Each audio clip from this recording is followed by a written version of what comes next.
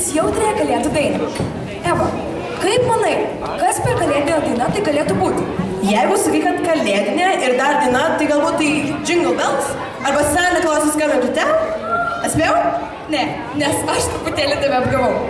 Kamilė šiandien atliks ne dainą, o kalėdų giesmę Tyli naktis. Aš labai nekantrauju išgirsti. Taigi pakvieskime Kamilę su audringais ir šiltais aplodismentais.